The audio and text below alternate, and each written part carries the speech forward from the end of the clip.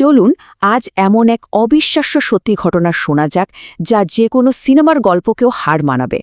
এটা এমন একজন অফিসারের গল্প যিনি ন্যায় বিচারের জন্য নিজের পরিচয়, সম্মান, এমনকি জীবন পর্যন্ত বাজি রেখেছিলেন।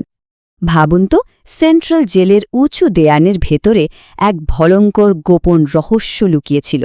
দিনের আলোয় যা ছিল একটা জেল, রাতের অন্ধকারে সেটাই হয়ে উঠত নরক। সেখানে কিছু উচ্চপদস্থ অফিসার নারী কয়েদিদের ওপর অক্ষত নির্যাতন চালাত, আর ক্ষমতার ভয়ে সেই অসহায় নারীরা সবকিছু মুখ বুজে সহ্য করা ছাড়া আর কিছুই করতে পারত না। তো এখান থেকেই আমাদের গল্পটা শুরু হচ্ছে।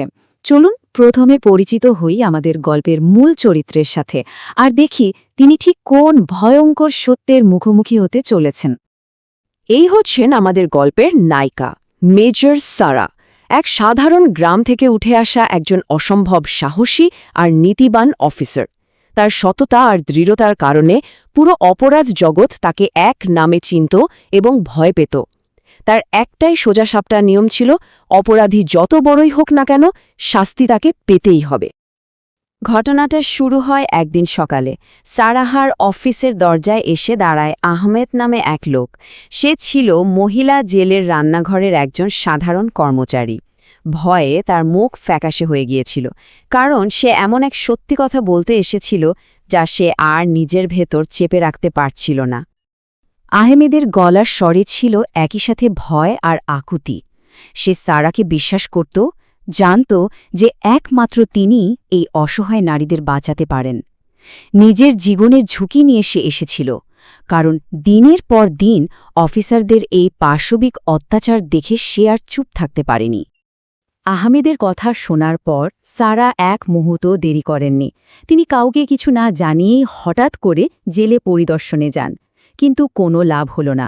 কয়েদিরা ভয়ে এতটাই জমে গিয়েছিল যে তাদের মুখ দিয়ে একটা শব্দও বেরোল না। কিন্তু সারা তাদের চোখের ভাষা পড়তে পারছিলেন। ওই নীরবতার পেছনে যে কি অসামান্য যন্ত্রণা লুকিয়ে আছে তা তিনি ঠিকই বুঝতে পারছিলেন। যখন সব সোজা পথ বন্ধ হয়ে গেল, সারা বুঝলেন এবার একটা অন্যরকম পথ ধরতেই হবে। তিনি এমন এক সিদ্ধান্ত নিলেন যা তার পুরো ক্যারিয়ার, এমনকি তার জীবনকেও বিপদের মুখে ফেলে দিতে পারত। চলুন গল্পের পরের ধাপে যাই, মেজর সারাহর ছদ্মবেশ। প্রশ্নটা ছিল একটাই এবং খুব কঠিন। যাদের ওপর অত্যাচার হচ্ছে তারা যদি ভয়ে মুখই না খোলে, তাহলে সত্যটা সামনে আসবে কিভাবে? সারা বুঝতে পারছিলেন প্রচলিত নিয়মে এই সমস্যার সমাধান সম্ভব না। আর ঠিক তখনই তিনি সেই যুগান্তকারী সিদ্ধান্তটা নিলেন। তিনি ঠিক করলেন এই সিস্টেমের ভেতর থেকেই এর পচনটাকে শেষ করতে হবে। আর তার জন্য তিনি নিজের মেজর পদ, পরিচয় সবকিছু ছেড়ে দিয়ে একজন সাধারণ কয়েদি সেজে জেলের ভেতরে যাবেন। ভাবা যায় কি অসম্ভব সাহসী একটা পদক্ষেপ। 18ই মার্চের সেই রাত। সারার কাছে কোনো সরকারি সুরক্ষা ছিল না, ছিল না কোনো পরিচয়পত্র। তার নতুন পরিচয় আমাল, একজন সাধারণ কয়েদি। তিনি খুব ভালো করেই জানতেন জেলের ভেতরে আইন চলে ক্ষমতার জোরে, আর সত্যকে সেখানে খুব সহজে গলা টিপে মেরে ফেলা হয়। জেলের ভেতরে পা রাখার পর সারা যা দেখলেন তা ছিল যে কোনো কল্পনার চেয়েও ভয়ঙ্কর।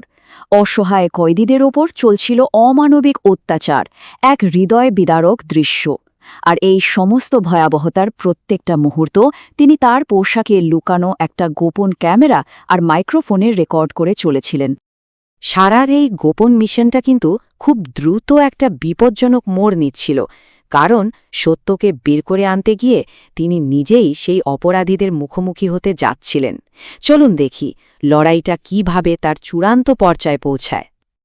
ভেতরে ঢোকা মাত্রই একজন রক্ষীর সন্দেহ হয়। সে সারাকে থামিয়ে জেরা করতে শুরু করে। এখানেই ছিল সারার প্রথম পরীক্ষা।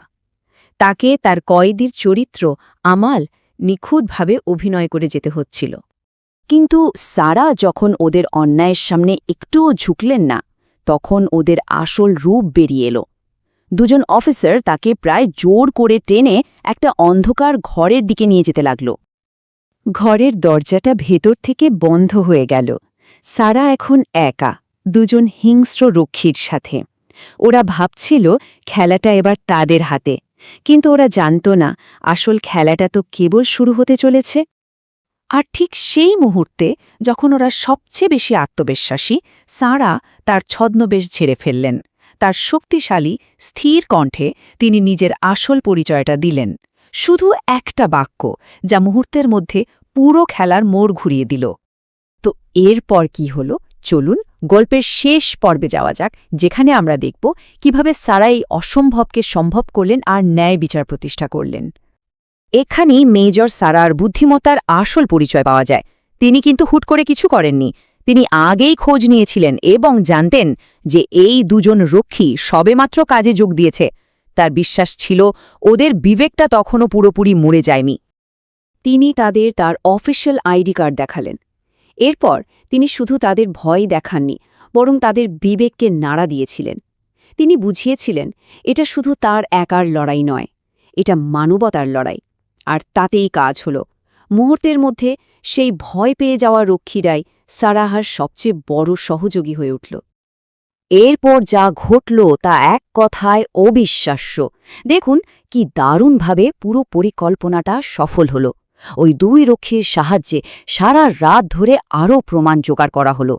পরের দিন সকালে সারা সমস্ত ভিডিও প্রমাণ সহ হেডকোয়ার্টারে রিপোর্ট করলেন, আর তার ফলও পাওয়া গেল সাথে সাথে। একটা বিশেষ টিম গঠন করে জেলে অভিযান চালানো হলো এবং সমস্ত দুর্নীতিবাজ অফিসারদের হাতে নাতে ধরা হল। কিন্তু এই পুরো ঘটনার সবচেয়ে আবেগের মুহূর্তটা ছিল কয়েদিদের প্রতিক্রিয়া। যখন তারা জানতে পারল, তারা কান্নায় ভেঙে পড়ে, সারার পায়ে লুটিয়ে পড়ে। তাদের কথায় সারা তাদের জন্য দেবদূত হয়ে এসেছিলেন, যিনি তাদের নরক থেকে উদ্ধার করেছিলেন।